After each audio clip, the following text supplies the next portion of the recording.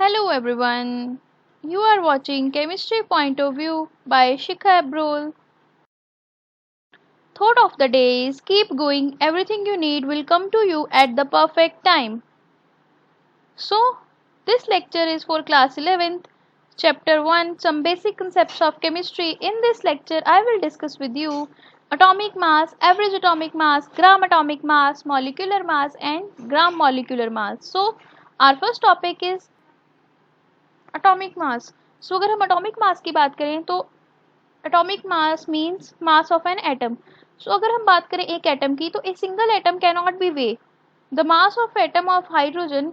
अगर हम हाइड्रोजन की बात करें तो उसका मास होता है 1.672 10⁻⁴ ग्राम। सो इसका वेट आप नॉर्मल वेइंग मशीन पे नहीं निकाल सकते। सो it is so small that gram is very big unit, और इतना कम वेट है, इस वेट के लिए ग्राम यूनिट यूज करना इज नॉट अ परफेक्ट। क्योंकि अगर हम बात करें ग्राम की तो ग्राम के लिए हम ग्राम को अगर लिंकअप करते हैं केजी के साथ तो ग्राम और केजी में 10⁻³ का डिफरेंस रहता है। यहाँ पे 10⁻³ है, दैट मीन्स 1/10 मीन्स 10⁻² आएगा।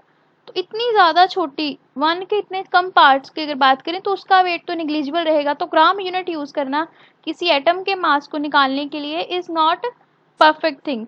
सो to make it easy the mass of an atom should be expressed in relative mass. और इस चीज़ को ईजी करने के लिए हम क्या करते हैं, हम किसी भी एटम का मास लेते हैं, रिलेटिव मास में लेते हैं। रिलेटिव मीन्स किसी के रिस्पेक्ट में बात कर रहे हैं, जैसे किसी के को कंपेयर करके बात करें। सो इट इज़ डन, वो कैसे किया गया, by some standards of mass। कुछ स्टैंडर्ड लिए गए मास के on comparing with the mass of the atoms of any relative atom for atomic mass unit देने के लिए AMU, जिसको हम लिखते हैं AMU, और unified mass that is U। तो ये दो यूनिट्स उन्होंने निकाली अटोमिक मास को कैलकुलेट करने के लिए by using some standard some relative elements और एटम्स। सो इस चीज़ को उन्होंने जब डिस्कस किया तो उन्होंने सबसे पहले स्टैंडर्ड लिया हाइड्रोजन को। जब उन्हें हाइड्रोजन को स्टैंडर्ड लिया उन्होंने देखा ये स्टैंडर्ड इसलिए है क्योंकि ये सबसे पहला एलिमेंट था एक तो हमारे पीरियोडिक टेबल का। पीरियोडिक टेबल तो बाद में बना, but still this is the lightest element of all the elements. Even more over the mass of an atom of hydrogen can be taken exactly as 1 unit. और hydrogen का mass हम 1 unit ले सकते थे, तो इसलिए उन्होंने रिलेटिव एटॉमिक मास element का निकालने के लिए खुद से फिक्स कर लिया कि हाइड्रोजन की मास बहुत लाइट वेट है वो, तो उसको 1 ले लेते हैं कि उससे छोटा नहीं, तो हाइड्रोजन को फिक्स कर लिया 1। तो उसके रिस्पेक्टिव बाकी सभी एटम्स ऑफ एलिमेंट का उन्हें मास निकाला। उन्होंने देखा कि relative atomic mass of an element के लिए mass of 1 atom of an element divide by mass of 1 atom of hydrogen. तो इस फॉर्मूला के अकॉर्डिंग उन्होंने कैलकुलेशन की और उन्होंने इस तरह से ऑक्सीजन का मास निकाला 16 एटॉमिक मास यूनिट और यूनिफाइड मास। और सिमिलरली उन्होंने कार्बन के आइसोटोप 12 के लिए मास निकाला और वो आया 12 एटॉमिक मास यूनिट। और फिर उन्होंने कार्बन को फिक्स कर लिया और उन्होंने कहा कि एटॉमिक मास यूनिट क्या होती है, 1/12 of mass of 1 carbon atom, और उन्होंने इस यूनिट को फिक्स कर लिया।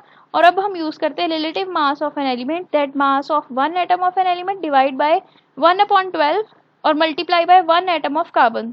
तो यहाँ पे हम कर लेंगे यूनिट साथ में 1/12, तो इसलिए यहाँ पे हम कार्बन की यूनिट 1/12 लेते हैं मास में। और ये चीज़ आप 9th-10th में पढ़ चुके हो, रिलेटिव एटॉमिक मास यूनिट, और उसमें आपने पढ़ा था कि 1/12 लेते हैं हम जब भी हम किसी भी का मास रिलेटिव निकालते हैं with respect to carbon 12 isotope. तो इसके एग्जाम्पल के साथ हम क्वेश्चंस करेंगे जिससे आपको टॉपिक और क्लियर हो जाएगा। फॉर एग्जाम्पल अगर हम बात करते हैं, if N atom of an element has twice the mass of carbon C12 atom, आपको क्वेश्चन इतना आया है, दैट मीन्स ट्वाइस का मतलब होता है डबल। तो अगर हम बात करें किसी भी एटम का मास जो ट्वाइस है कार्बन के एटम के, तो कार्बन के एटम का मास हमने 12 निकाला तो ट्वाइस करेंगे तो 2 × 12 तो हमारे पास आ गया 24, तो उस एटम का मास होगा 24। ऐसे ही सेकेंड एग्जाम्पल है, if N atom of an element has 1/3 the mass of carbon C12, तो उस टाइम पे 1/3 कर देंगे 12 के साथ तो हमारे पास आएगा 4 यूनिट। तो ये उस एटम का मास आ गया जिसका मास 1/3 था कार्बन के, तो that will be equals to 4 atomic mass unit और यूनिफाइड मास। जब हमने 1/3 को मल्टीप्लाई कर दिया 12 के साथ, that is the mass of isotope of carbon 12C12 of carbon. तो इस तरह से हमने बोला कि अगर हम 1 यूनिफाइड मास की बात करें तो वो होता है हमारा इक्वल 1.66 10⁻⁻24 ग्राम। तो ये इससे उन्होंने मास निकाला था mass of atom of hydrogen, तो वो आया 1.67 10⁻⁻24। दीज बोथ आर सिमिलर, कोई ज़्यादा डिफरेंस नहीं है, अगर आप इसको राउंड ऑफ करोगे तो इतना ही आएगा। सो इन टर्म ऑफ यू अगर डेफिनेशन देनी हो रिलेटिव एटॉमिक मास की और यूनिफाइड मास की, तो mass of atom of hydrogen is equal to 1 unified into mass of an atom and divide by 1 unified. इसको जब सिंप्लीफाई करोगे तो वो आता है 1.008 और इसी से उन्होंने निकाला था mass of an hydrogen atom. अब ये क्वेश्चंस हैं जो आपने खुद करने हैं। सबसे पहले आपको करना होगा calculate the mass of 1/4 of C12 atom. तो आपको 12 के साथ क्या करना पड़ेगा, मल्टीप्लाई करोगे 1/4 तो आपके पास आंसर आएगा 3। तो यहाँ पे इस एटम का मास आएगा 3, यूनिफाइड मास आ गया 3 क्योंकि ये 1/4 ऑफ कार्बन है। ऐसे ही कैलकुलेट करना atomic mass of 4 times of 12, तो आप 4 को 12 से मल्टीप्लाई कर लेना, जो आंसर आएगा वो उस एटॉमिक मास के लिए आ जाएगा जिसका वेट 4 टाइम्स है C12 के। सिमिलरली आपको डेफिनेशन देंगे यूनिफाइड मास की, हम कर चुके हैं। और क्यों हमें ज़रूरत पड़ी कैलकुलेट करने की, इसका आंसर भी मैंने अभी डिस्कस किया, क्योंकि ग्राम यूनिट गुड नहीं है उस चीज़ को कैलकुलेट करने के लिए, क्योंकि वो एटम का मास बहुत ज़्यादा छोटा है इसलिए। अब हम मूव करते हैं एवरेज एटॉमिक मास पे। अब हम कर रहे हैं एवरेज एटॉमिक मास। जब भी आपको वर्ड एवरेज दिखता है तो आपको I think 6th 7th 8th में आप मैथ्स करते थे, कैलकुलेशन करते थे, एवरेज निकालते थे। कभी भी आपको 2 या 3 नंबर्स दिए हों, आप उनको एवरेज कैसे निकालते हो, सब नंबर को प्लस करके और जितने नंबर थे उससे डिवाइड कर देते हो, ये सिंपल एवरेज है। अब ऐसे ही हम एवरेज एटॉमिक मास निकालेंगे। और हमें पता है कुछ एलिमेंट्स ऐसे होते हैं जिनके पास एक से ज़्यादा एटम्स होते हैं और उनको हम बोलते हैं आइसोटोप, जिनका एटॉमिक नंबर सेम रहता है बट एटॉमिक मास डिफरेंट होता है। तो वही चीज़ मैं यहाँ पे डिस्कस कर रही हूँ आपके साथ। उन एलिमेंट के एटम्स का जो मास होता है वो डिफरेंट होता है, इसलिए उस एलिमेंट का अगर हमें एटॉमिक मास निकालना है तो हमें एवरेज एटॉमिक मास करना पड़ता है उसका डिस्कस। तो इसीलिए यहाँ पे हम क्या करेंगे, फिर हम डिस्कस करेंगे आइसोटोप्स। जिस भी एलिमेंट आइसोटोप, उस एलिमेंट का एटॉमिक मास कैसे आएगा। तो यहाँ पे हम कर रहे हैं कि we know that element exist as isotope. हमें पता है कुछ एलिमेंट आइसोटोप के फॉर्म में एग्जिस्ट करते हैं और उनके एटम्स के पास, सेम एलिमेंट के पास डिफरेंट एटम्स होते हैं जिनका मास नंबर डिफरेंट होता है बट एटॉमिक नंबर सेम होता है। फॉर एग्जाम्पल हमने हाइड्रोजन के लिए 3 आइसोटोप डिस्कस किए थे लास्ट लेक्चर में, ऐसे ही हमने क्लोरीन के लिए 2 आइसोटोप डिस्कस किए थे लास्ट लेक्चर में। तो ऐसे ही कहते हैं ये जो आइसोटोप्स हैं, इन आइसोटोप्स के लिए अगर हमें एटॉमिक मास निकालना है फॉर हाइड्रोजन और क्लोरीन, तो हमें एटॉमिक मास की बजाय एवरेज एटॉमिक मास निकालना पड़ता है। अब एवरेज एटॉमिक मास क्या होता है, it is the average relative mass of the atom of an element as compared to the mass of carbon atom C12 taken as a 12 unified unit. So the average atomic masses of various elements are determined by multiplying the atomic mass of each isotope by its fractional abundance and adding the values obtained, and these are divided by the sum of the ratios in which these isotopes occur. तो in short form अगर हम बोलें तो average atomic मास निकालने का formula क्या है जो हमने इस डेफिनेशन में लिखा, that is average atomic mass is equal to A into M plus B into N divide by M plus N. यहाँ पे हमारा ए क्या रिप्रेजेंट कर रहा है, ए और बी रिप्रेजेंट कर रहे हैं एटॉमिक मास ऑफ आइसोटोप्स, और एम और एन उनकी रेशो है कितने वो नेचर में एग्जिस्ट कर रहे हैं, किस परसेंटेज या किस रेशो में वो एग्जिस्ट कर रहे हैं। फॉर एग्जाम्पल इस फॉर्मूला को यूज़ करके अगर मैं आपको क्वेश्चन बताती हूँ, हमारे पास 2 आइसोटोप है क्लोरीन के, क्लोरीन 35 और क्लोरीन 37। तो यहाँ पे जो 35 और 37 है ये हमारा ए और बी होगा, क्योंकि ए और बी हमारे एटॉमिक मास है आइसोटोप के। 35 एटॉमिक मास हो गया आइसोटोप क्लोरीन 35 का और 37 हो गया क्लोरीन 37 का। तो ए आ गया 35, बी आ गया 37 और रेशोज क्या है इनकी 3:1। तो फर्स्ट वाला रिस्पेक्टिवली के अकॉर्डिंग 3 आपके लिए एम लोगे और 1 होगा एन के लिए। तो ये वैल्यूज आप पुट करोगे तो आपके पास एवरेज एटॉमिक मास आएगा 35.5।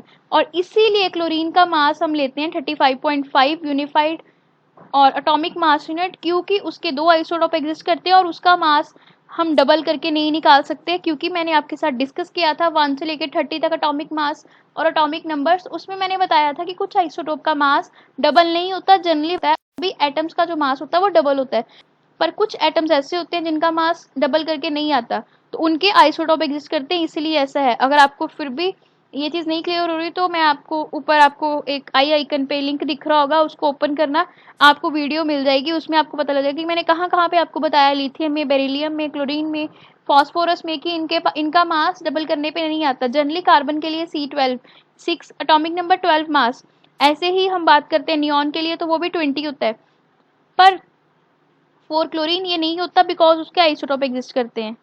सो यही चीज़ है यहाँ पे जो मैं आपको बता रही हूँ, या अब आप फिर से वो वीडियो देखोगे तो आपको अच्छे से क्लियर हो जाएगा वो टॉपिक भी।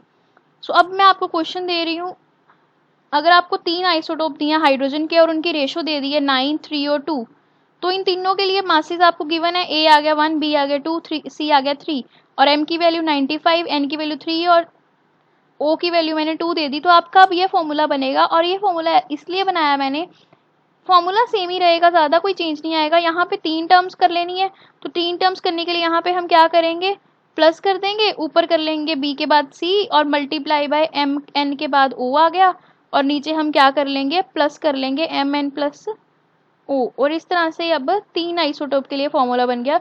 और यही फॉर्मूला यहाँ पे यूज़ किया गया है, A B C M N O और m plus N plus O, और इसको सिंप्लीफाई करोगे तो आपके पास मास आ जाएगा 1.07। क्योंकि मैंने ये आपको रफ डाटा दिया है सिर्फ इसलिए कि आपको ये फॉर्मूला समझ आ जाए कि 3 आइसोटोप के लिए कैसे करना है, बट स्टिल ये मास फिर भी नियर अबाउट आ रहा है हाइड्रोजन के मास के 1.008 जो होता है एक्चुअल में। तो अगर आपको 4 फॉर्मूलाज में करना हो तो आप n के बाद नेक्स्ट टर्म कोई भी ले सकते हो, जैसे यहाँ पे मैंने d लेके बता दिया और p, तो आप टर्म्स ऐड करते जाओ और फॉर्मूला बनता जाएगा। जनरली हम 3 या 2 आइसोटोप के बारे में ही बात करते हैं, तो उसके लिए आपको मैंने टॉपिक बता दिए। अब है क्वेश्चन आपके लिए, calculate the average atomic mass of chlorine 34.97, chlorine 36.97। तो 2 क्लोरीन हैं, दोनों का आपको मास गिवन है और उनकी रेशो भी पता है। आपको क्या करना है, एवरेज एटॉमिक मास निकालना है। सेम 2 आइसोटोप वाला फॉर्मूला यूज करो, ए और बी वाला, और आपके पास दोनों की वैल्यू आ जाएगी। अब क्वेश्चन नेक्स्ट है 5th, average atomic mass of copper दे दिया हुआ। अब आपको एवरेज एटॉमिक मास दे दिया गया है इस क्वेश्चन में, और इसकी 2 आइसोटोप्स हैं, एक कॉपर 63 और एक कॉपर 65 है। अब आपको परसेंटेज ऑफ आइसोटोप निकालनी है, मतलब अब आपको रेशो निकालनी है, जो यहाँ पे गिवन थी वो आपको इस क्वेश्चन में फाइंड करनी है। तो ये क्वेश्चन थोड़ा सा डिफरेंट है पहले वाले जितने आप 3 क्वेश्चन अभी डिस्कस किए हैं आपके साथ। तो इसमें आपको क्या करना पड़ेगा, आपको एक के लिए रेशो y लेनी पड़ेगी, y ले लो चाहे आप x ले लो, आप पे डिपेंड करता है, चाहे x ले लो रेशो, एक m ले लिया अगर x, तो n हो जाएगा ऑटोमेटिकली 100 माइनस x और 100 माइनस y। तो जब आप बाकी आपके पास a 63 गिवन है, b आपको 65 पता है, तो जब आप वैल्यूज पुट करोगे तो अगर यहाँ पे आप x ले रहे हो तो 63x plus 65 into 100 minus x, और नीचे आ जाएगा जब प्लस करोगे तो ये x माइनस का और ये x प्लस का ये कैंसिल हो जाएगा, और इसको जब सॉल्व करोगे तो ये आएगा 63.5। तो ये तो आपको गिवन है, तो आपको निकालना था x, और आप जब कैलकुलेशन करोगे तो आपके पास x आएगा 75%, दैट इज m आएगा आपके पास 75 और n आएगा 100 माइनस 75, तो वो आएगा 25। तो इस तरह से आप कैलकुलेट करोगे इसमें एवरेज एटॉमिक मास। और अब हमारा नेक्स्ट टॉपिक है ग्राम एटॉमिक मास और gram atom. So it is defined as the quantity of an element whose mass in gram is numerically equals to its relative atomic mass और atomic mass. तो अगर हम बोलें it is the atomic mass of an element expressed in grams, simply यहाँ पे कुछ भी नहीं करना। जहाँ पे हमारे पास एटॉमिक मास ऑफ नाइट्रोजन हम यूनिफाइड लेते थे, जब उसका ग्राम एटॉमिक मास लिखना है तो यू की जगह पे हम जी लिख देंगे, और 1 ग्राम एटम ऑफ नाइट्रोजन इज 14 ग्राम। ऐसे ही अगर मैं बात करूं एटॉमिक मास ऑफ ऑक्सीजन की, तो वो होता है 14 यूनिफाइड मास यू, और अब ग्राम एटॉमिक मास लिखना तो इट विल बी 16 जी। इतना ही डिफरेंस है एटॉमिक मास और ग्राम एटॉमिक मास में। और अब मैं डिस्कस करूंगी मॉलिक्यूलर मास। तो मॉलिक्यूलर मास से आपको पता लग रहा है mass of the molecule, so it is taken as the relative mass of its molecule as compared to the mass of the carbon atom taken as 12 unified. So molecular mass expressed as the mass of each atom present in the molecule. तो हमें basically क्या करना होता है, जितने भी atom एक molecule में प्रेजेंट होते हैं उसका मॉलिक्यूलर मास टोटल करके आ जाता है। तो अगर मैं बात करूंगी मॉलिक्यूलर मास ऑफ नाइट्रोजन, तो इट इज 28, क्योंकि नाइट्रोजन का मॉलिक्यूल N2 की फॉर्म में रहता है, तो it will be 28 U unified mass, क्योंकि यहाँ पे हम मॉलिक्यूलर मास डिस्कस कर रहे हैं। क्वेश्चन दिया है CaCO3 के लिए निकाल लो, तो आपको क्या करना होगा, इसके जितने भी एलिमेंट उनको प्लस करना है, कैल्शियम, कार्बन, 3 ऑक्सीजन। तो ये इसका मॉलिक्यूलर मास कितना आएगा, सबसे पहले आपको एटॉमिक मास पता होना चाहिए। कैल्शियम का एटॉमिक मास 40 है, कार्बन का 12 है, एक ऑक्सीजन का 16 है, 3 ऑक्सीजन तो 48 बन गया, सबका प्लस करोगे तो आएगा 100 U। 100 unified mass is the molecular mass of calcium carbonate. ऐसे ही आपको मैंने क्वेश्चन दिया HNO3 के लिए फाइंड करो, तो hydrogen plus nitrogen plus 3 oxygen, तो और similarly mass of hydrogen, molecular mass of hydrogen अगर बोला गया है that means molecule of hydrogen की बात की गई है, क्योंकि हाइड्रोजन अकेला एटम होता है। तो आपको मॉलिक्यूल ऑफ हाइड्रोजन लिखा हुआ दिया जाए यहाँ, बट कैलकुलेट मॉलिक्यूलर मास कहा जाए तो आपको H2 के लिए ही करना पड़ेगा, और वो 2 यूनिफाइड ही आएगा। अब हम करेंगे ग्राम मॉलिक्यूलर मास। तो सेम जैसा आपने एटॉमिक मास में किया कि ग्राम एटॉमिक मास करते टाइम क्या होगा, U की जगह पे G आता है, सिमिलर यहाँ पे भी ऐसा ही होगा। वहाँ पे 100U आया था, यहाँ पे आ गया 100G। बाकी प्रॉपर सेम है, कुछ भी डिफरेंट नहीं है, सिर्फ आप रिलेटिव मॉलिक्यूलर मास को अब ग्राम मॉलिक्यूलर मास में लेके आना, तो आप साथ में G लिख दोगे, बस U की जगह पे G आएगा। Same gram molecular mass HNO3 के लिए करना होगा तो 63G आएगा। अब ये कुछ क्वेश्चन है जो आप खुद सॉल्व करना।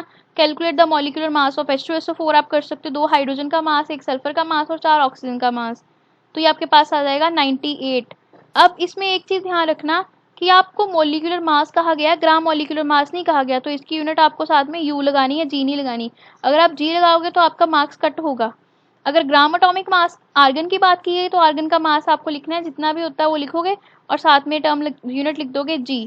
वैसे ही ग्राम एटॉमिक मास फॉस्फोरस के लिए भी आपको साथ में G लगाना पड़ेगा और उसका मास होता है 31। और मैं आर्गन की बात करूं तो बता ही देती हूँ, इसका होता है 40। बाकी आपको इसके लिए निकालना है और अमोनिया के लिए निकालना है। अब ये दोनों के लिए ग्राम है तो जो भी आंसर आएगा उसके साथ G लिख देना, दैट इज अ यूनिट। और ये मैंने आपको कैलकुलेट करके दिखाया है कि अगर आपको मॉलिक्यूलर मास बोला गया निकालने के लिए तो आपको सिंपल मास निकाल के साथ में टर्म G लिखनी है। अब इसके बाद आपको क्वेश्चन दिया गया है how many gram molecules are present in 4.9 gram of H2SO4। तो यहाँ तक तो आपने निकाल लिया। उसके बाद आपको पता है 98 ग्राम ऑफ H2SO4 में 1 ग्राम मॉलिक्यूल होता है, क्योंकि 1 ग्राम मॉलिक्यूल में इसका मॉलिक्यूलर मास इतना ही है। तो अब 1 ग्राम H2SO4 में कितने ग्राम मॉलिक्यूल्स आएंगे? 1/98, दैट विल बी 0.0102। अगर आपको बोला गया 4.9 ग्राम के लिए तो आपको क्या करना पड़ेगा, उससे आपको मल्टीप्लाई कर दोगे तो आपके पास आएगा 0.05। और ये कुछ क्वेश्चंस है जो आप सॉल्व करना और आंसर आप कमेंट सेक्शन में लिख सकते हो। Which has the maximum and minimum mass, आपको ऑप्शन दिए गए हैं 25.6 gram of oxygen, 2.56 gram atom of sodium, 0.256 gram molecule of water और 0.256 ग्राम एटम ऑफ आयोडीन। और आयोडीन के लिए आपको एटॉमिक मास गिवन है, क्योंकि हायर एलिमेंट्स के लिए आपको गिवन होता है, बट 1 to 20 की बात करें तो उसमें आपको एटॉमिक मास दिया जाएगा, ये नेसेसरी नहीं है, तो वो आपको याद होना चाहिए। So by this I finish with my this lecture. Next हम नेक्स्ट लेक्चर में डिस्कस करेंगे। Till then keep watching, subscribe the channel. Thank you.